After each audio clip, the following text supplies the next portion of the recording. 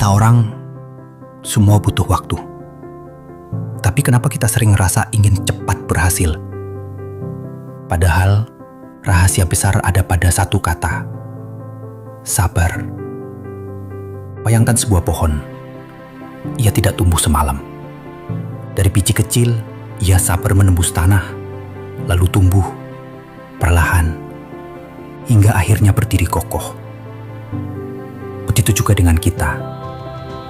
Konsistensi kecil yang diulang setiap hari jauh lebih kuat daripada semangat besar yang hanya sebentar. Kesabaran bukan berarti diam. Kesabaran itu bergerak, walau lambat, tetap maju.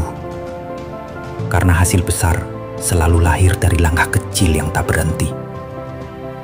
Jadi ingat, bukan katanya semua butuh waktu. Bukan katanya, tapi buktinya.